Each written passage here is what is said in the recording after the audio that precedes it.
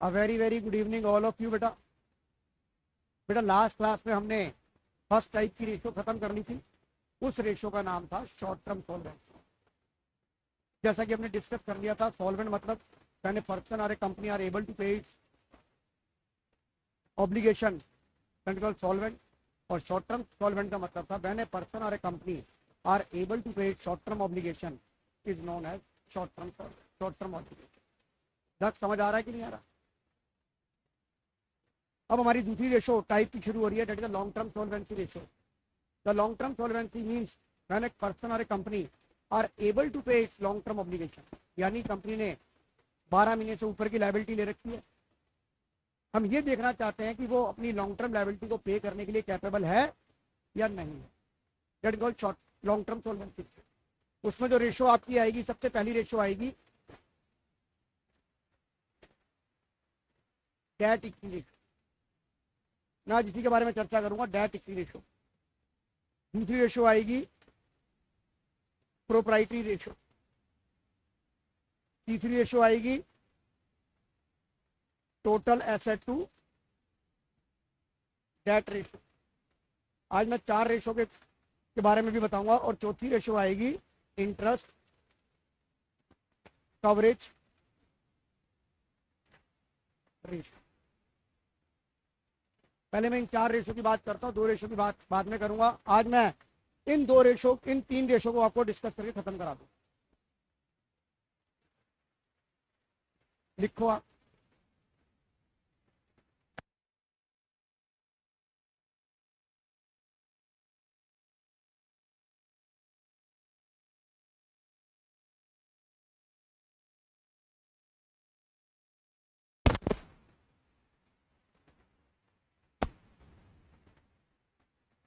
चलें आगे। सबसे पहले मैं रेशो की चर्चा करना चाहूंगा आपके साथ।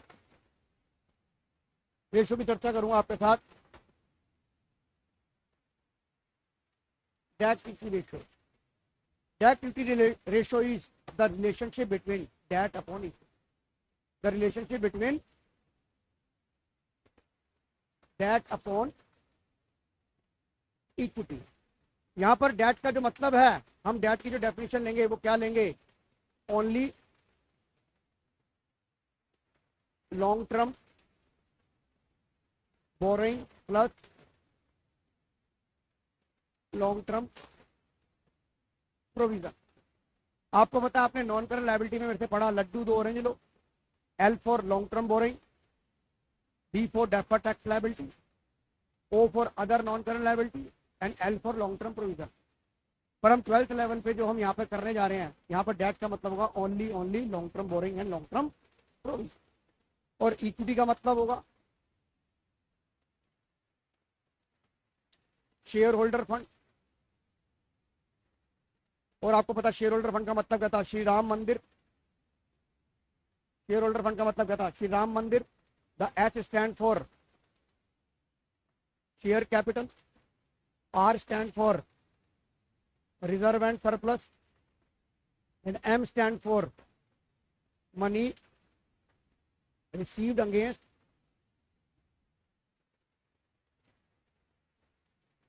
share warrant, money received against share warrant।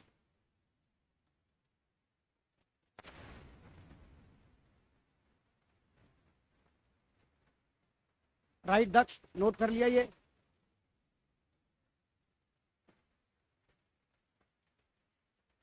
अब ये बता, जिनकी आज छुट्टी हो गई क्या करेंगे यार?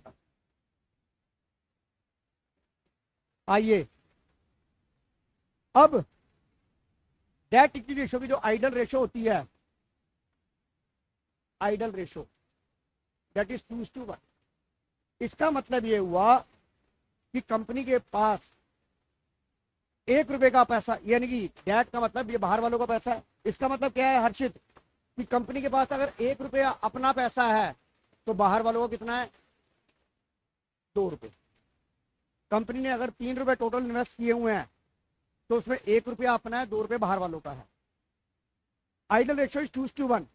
इससे नीचे की रेशो अच्छी गिन जाएगी। पर हर्षित, अगर ये रेशो 3:1 हो जाए या 4:1 हो जाए या 5:1 हो जाए तो क्या हो जाएगा? रिस्की हो जाएगी। रिस्की हो जाएगी क्योंकि इसका मतलब आपने बिजनेस में जो पैसा लगाया वो लोगों से ज़्यादा उधार पे लगाया। और डेट की सबसे बड़ी प्रॉब्लम क्या है, उस पर फिक्स रेट ऑफ इंटरेस्ट होता है। तो आपकी कमाइयाँ जो हैं वो क्या हो जाएंगी, ब्याज में चली जाएंगी। और अगर आपको लॉस हो गया तो ब्याज तो आपको तब से देना पड़ेगा। तो आइडल रेशियो इज 2:1। बट अगर हाई रेशियो है, अगर वो हाई रेशियो है तो आपका बिजनेस का रिस्की हो गया। राइट, यस और नो। अब मैं आपको यहाँ पर केस स्टडी बताता हूँ आपको कैसे करना है। दक्ष, मेरी बात समझ आ रही है? अब यहाँ पर एक कंपनी है सतीश एंड कंपनी और एक कंपनी है हर्षित एंड कंपनी। हमारी जो डेट इक्विटी रेशियो थी 1.5:1 और हर्षित की जो डेट इक्विटी रेशियो थी वो 5:2। अब दोनों ही बैंक से लोन लेने गए, दोनों ही बैंक से लोन लेने गए। तो ये बताइए बैंक पहले लोन हर्षित एंड कंपनी को देगा या सतीश एंड कंपनी को देगा? आपको कैसे कंपैरिजन करना है? जब ये रेशियो 1:1 में है तो आप इसको भी सिंप्लीफाई करेंगे। दस समझ आ गया? अब कंपेयर होगा। अब सतीश एंड कंपनी की डेट इक्विटी रेशियो लो है पर हर्षित की डेट इक्विटी रेशियो हाई है। तो बैंक किसको पहले पैसा देना पसंद करेगा? Satish and company. Got my point? मेरी बात समझ आ रही है कि नहीं आ रही दक्ष? अब मैंने आपको क्या बोला, यहाँ पर डेट लेना है। अब यहाँ पर फिर देसी बैलेंस बड़ी काम आएगी। अब मैं देसी बैलेंस शीट का दोबारा से जुगाड़ बनाता हूं। मैंने आपको देसी बैलेंस में बताया share holder fund, non current liability, current liability, non current assets, non current investment, current assets, ये टोटल एसेट्स और ये टोटल लायबिलिटी। अब मैं आपको दो टर्म बताने जा रहा हूं। वो दो टर्म मैंने पहले भी डिस्कस की हुई है आपके साथ। कौन से चैप्टर में डिस्कस की थी मैंने? गुडविल के चैप्टर। और वो टर्म्स है, वो टर्म है आपकी कैपिटल एम्प्लॉयड। कैपिटल एम्प्लॉयड का मतलब क्या होता है? कैपिटल एम्प्लॉयड का मतलब ये होता है कि आपने अपना बिजनेस में कितना पैसा लगा रखा है। The money invested in the business is called capital employed, चाहे वो आपका अपना पैसा है चाहे वो बाहर वालों का। अब आप ये देखिए, मैंने आपको यहाँ पर ये बैलेंस शीट दिखाई है। अब ये बताइए, ये शेयर होल्डर फंड आपका अपना पैसा है और ये कौन सा है? बाहर वालों का। तो ये बताइए ये आपका कैपिटल एम्प्लॉयड हो गया कि नहीं हो गया? इस अप्रोच को हम क्या बोलते हैं? Liability approach. Capital employed is calculate under liability approach. तो मैं आपसे यहाँ पे ये डिस्कस करना चाहूंगा। इधर देखो, अगर मैं कैपिटल एम्प्लॉयड निकाल रहा हूं तो एक फार्मूला ये ड्राइव हो गया इस देसी बैलेंस शीट से। क्या हुआ? Share holder fund plus non current liability. Agree Prisha? Yash agree करता है, याशी, विहान एग्री करते हो, अरोड़ा साहब एग्री करते हो। अब आपको पता है बैलेंस शीट का टोटल दोनों तरह का बराबर होता है। अगर मैं अब ये चीज मिटा दूं, ये मैंने मिटा दिया, अब आपको स्क्रीन के सामने क्या क्या नजर आ रहा है? Non current assets, non current investment, current assets minus current liability. तो एक फार्मूला ये भी बन गया, non current assets, non current investment, current assets minus current liability. Harshit बन गया कि नहीं बन गया? इसको हम क्या बोलते हैं? Asset approach. इसको हम क्या बोलते हैं? रोहन समझ आ रहा है? अब अगर मैं मैथमेटिक्स का स्टूडेंट हूं, अगर मैं मैथमेटिक्स का स्टूडेंट हूं तो ये बताओ, non current assets plus non current investment, इसकी जगह मैं क्या लिख सकता हूं? Total asset minus current liability. और अगर मैं इसे रिफाइन करता हूं तो मैं ये लिख सकता हूं, non current asset plus non current investment, और करंट एसेट और करंट लायबिलिटी की जगह मैं क्या लिख सकता हूं? वर्किंग कैपिटल लिख सकता हूं, लिख सकता हूं। हर्षित समझ आ रहा है कि नहीं आ रहा? दक्ष, तो ये बताओ देसी बैलेंस शीट बड़ी काम की चीज है कि नहीं है? आप पहले इन फार्मूलों को नोट करो। आप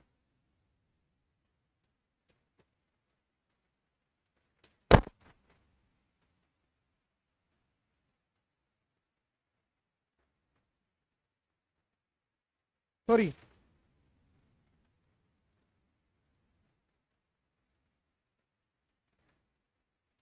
याशी समझ आ गया? ड्राइव रट्टा मारने की जरूरत ही नहीं है।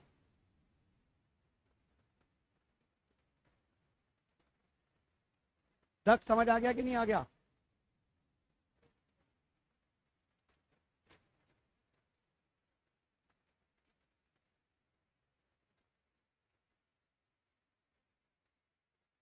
ये लिख लो पहले यार, शेयर होल्डर फंड।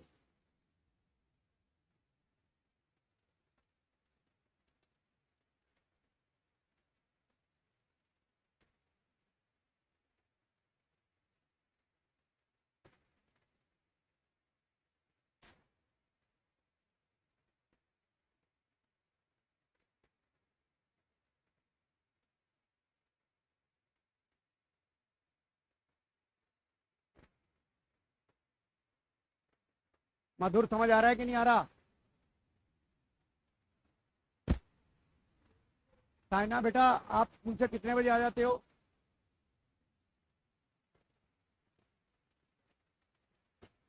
तो बेटा स्कूल से आ जाते हो जल्दी आजकल, या टाइम पे ही आ रहे हो? ओके, अच्छा एक चीज बताओ, अगर मधुर कल तो 4:30 क्लास करा कर देंगे हम। कल की क्लास 4:30 बजे है। साइना आपको तो छुट्टियां चल रही है, तो मैं कल क्लास 4:30 से 6 ले लूँ। कल तुम्हारो क्लास है 4:30 to 6। हाँ मैं ग्रुप पे डाल रहा हूँ। कल रेशो आधी दे देता, मैं खत्म कर दूंगा मैं। 4:30 to 6 कहाँ पर? अब एक दिन छुट्टी मार ले यार, क्या करना चाहिए। तुम्हारो क्लास है 4:30 to 6। डाल रखा बेटा उसमें। हाँ डाल देता हूँ मैं। यहाँ तक बात समझ आ गई याशी? आइए अब हम इसके ऊपर बेस कुछ सवाल करेंगे। हम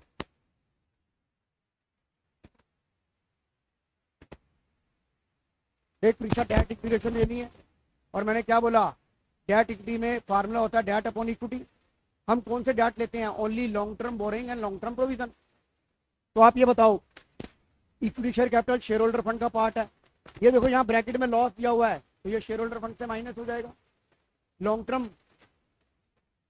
term borrowing is the NCL, debt का पार्ट हो गया। और long term provision for employee benefit is also a long term provision. जैसे आपका ग्रेचुटी हो गया, लीव इनकैशमेंट हो गया, प्रोविडेंट फंड हो गया। हर चीज समझ आ रहा है कि नहीं आ रहा? आंसर 0.5:7 मैच कर रहा है कि नहीं कर रहा बताओ?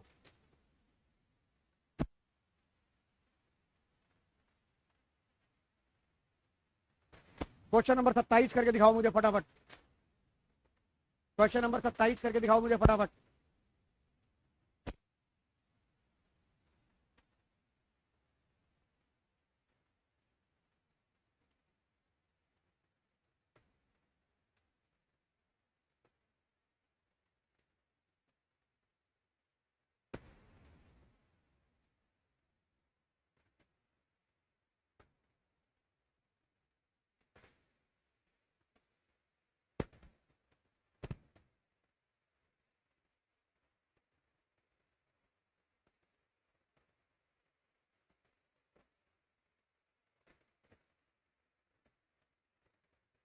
अब आपको यहाँ पर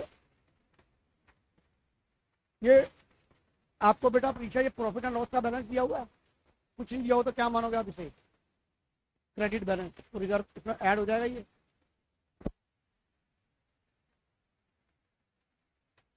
दक्ष मधुर साइना समझ आ गया कि नहीं आ गया?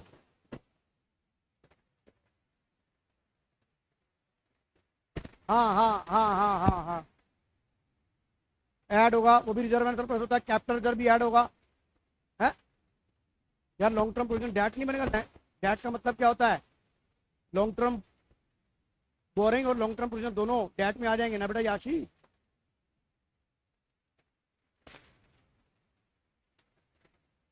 मधुर समझ आ गया कि नहीं आ गया? आइए देखो क्वेश्चन नंबर 30 कराऊंगा। अब आपको देखो यहाँ पर क्या जरूरत पड़ेगी। आपको कौन सा रेशो निकालनी है परीक्षा? Date equity ratio. फार्मूला होता है डेट अपॉन इक्विटी। अब आपको यहाँ पर बेसिक बैलेंस बनानी पड़ेगी। देखो share holder fund, NCL, CL, NCA, NCI, CA. आपको क्या दे रखा है? टोटल एसेट आपको 2,30,000 दे रखी है। इसका मतलब टोटल लायबिलिटी में 2,30,000 होगी हर्षित। उसके बाद आपको क्या दे रखा है, टोटल डेट, करंट लायबिलिटी आपको 30,000 दे रखी है, और आपको पता है टोटल डेट इन दोनों का टोटल होता है। अगर टोटल डेट आपकी 1.5 लाख है, उसमें 30 और करंट लायबिलिटी है, तो ये कितना हो गया, 120 हो गया। और आपको पता है एसेट साइड का लायबिलिटी है टोटल बराबर होता है, तो अगर 230 में 150 गए तो यहाँ पे शेयर होल्डर फंड कितना आ गया, 80,000 आ गया। मुझे दोनों एलिमेंट मिल गए, नहीं मिल गए? साइना मेरी बात समझ आ रही है कि नहीं आ रही? देख देसी बैलेंस शीट है ना काम की चीज, उड़ गए। तेरे को टोटल एसेट दे रखी है, तो टोटल लायबिलिटी भी 230 हो। अब वो कह रहा है कि टोटल डेट तेरे 1.5 लाख है, तो टोटल डेट का मतलब क्या होता है, current liability plus non current liability, बाहर वालों का पैसा। और उसमें टोटल डेट में 150, अगर उसमें 30,000 करंट लायबिलिटी का है तो 120 नॉन करंट हो गया। अब ये 120 आ गया। अब ये पता है इस तरह का टोटल बराबर होता है कि नहीं होता। अब 230 में अगर 120 और 30 है, अब एक ही एलिमेंट रह गया मिसिंग। मधुर समझ आ गया कि नहीं आ गया? आइए अब जो मैं सवाल आपको कराने जा रहा हूँ, is the most important concept for examination. जैसा कि हमने करंट रेशियो में किया था इफेक्ट वाले सवाल, ऐसे अब हम डेप्थ इक्विटी में इफेक्ट वाले सवाल करेंगे। इधर देखिए, मैंने कहा लेट से आपकी डेप्थ इक्विटी रेशियो जो है 2:1 की है। अब मैं यहां पर कहता हूं पहली करनी है रिडेम्पशन ऑफ डिबेंचर,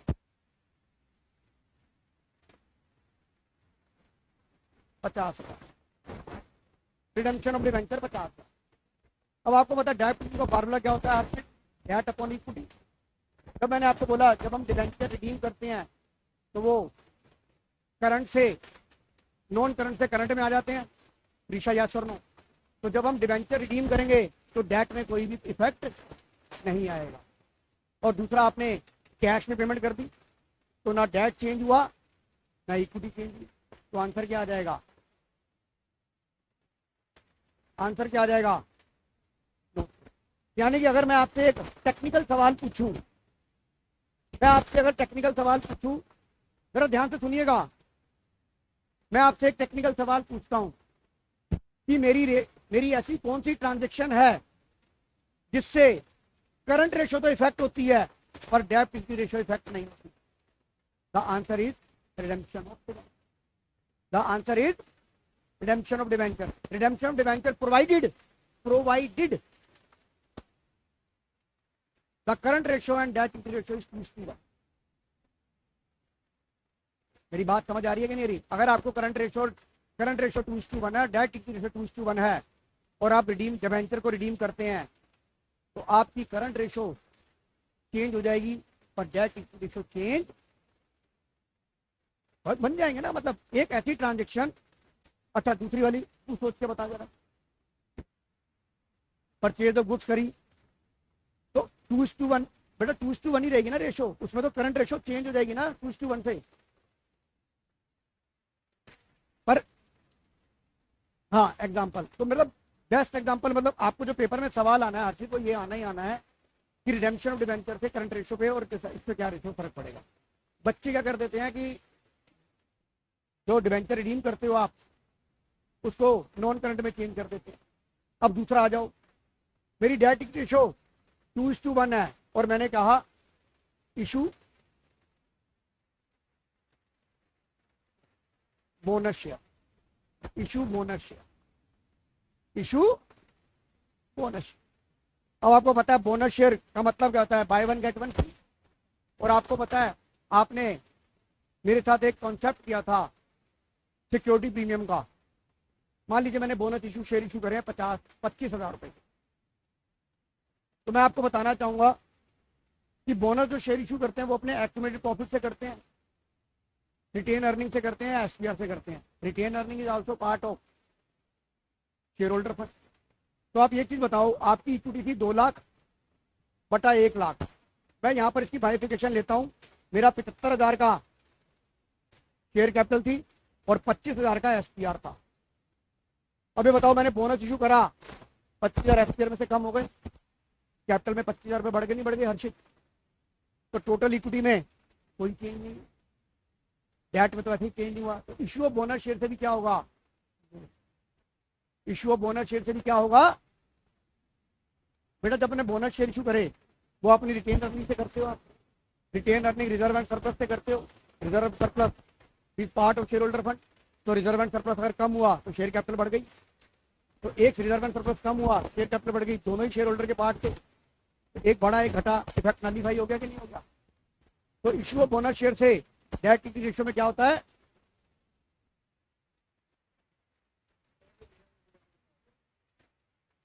बेटा आपने बोनस शेयर इशू करे, बोनस शेयर आप अपनी रिटेन अर्निंग से रिजर्व एंड सरप्लस से करते हो।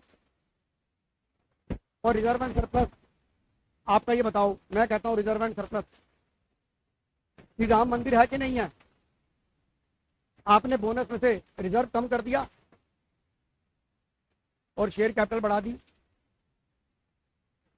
एक प्लस हुआ एक माइनस हुआ, नलीफाई हो गया कि नहीं हो गया? टोटल शेयर होल्डर फंड में कोई चेंज नहीं होगा। मेरी बात समझ आ रही है कि नहीं आ रही? अब अगला करते हैं हम, डेट इक्विटी रेशियो आपकी 2:1 थी, मैं कहता हूं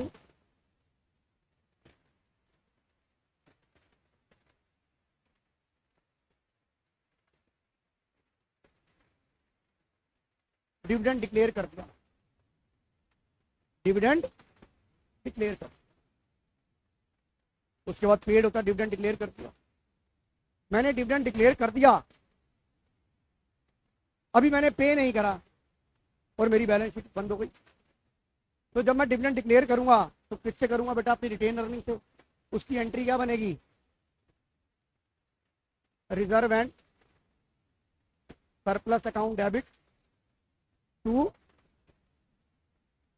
डिविडेंड पेबल अकाउंट। ये मैं क्यों समझा रहा हूं, क्योंकि मुझे कैश फ्लो में ये यूज करनी है। मैंने क्या कहा, reserve and surplus account debit to dividend payable. और आपको पता है जब डिविडेंड डिक्लेयर कर दिया जाता है तो उसको 15 दिन के अंदर अंदर पे कर, ये हमारा कंपनी का रूल है। पर आपकी बैलेंस बंद हो गई तो डिविडेंड पेबल आपका कौन सा बन जाएगा बेटा, करंट लायबिलिटी में अदर करंट लायबिलिटी, ये तो करंट लायबिलिटी में चला गया। अब आप बताओ, रिजर्व एंड सरप्लस आपका शेयर होल्डर फंड कम हो गया कि नहीं हो गया? डिविडेंड डिक्लेयर करने से आपका रिजर्व एंड सरप्लस कम हो गया तो शेयर होल्डर फंड कम हो गया। और अगर आपका शेयर होल्डर फंड कम हो गया तो डिनोमिनेटर कम हो गया, तो रिमाइंडर हाई हो जाएगा नहीं हो जाएगा? तो इस केस में क्या होगा, इस केस में क्या होगा, डेट इक्विटी रेशियो क्या हो जाएगी,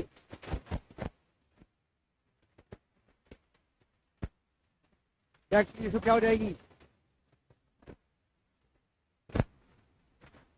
इंक्रीज हो जाएगी नहीं हो जाएगी? हर चीज समझ आ रहा है कि नहीं आ रहा? डेट इक्विटी रेशियो इंक्रीज हो जाएगी, नोट करो ये डिविडेंड डिक्लेयर।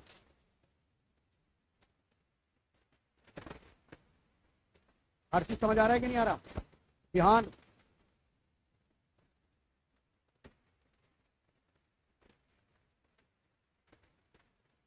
राशि, हाँ यासी समझ आ रहा है, मधुर समझ आ रहा है कि नहीं आ रहा? साइना,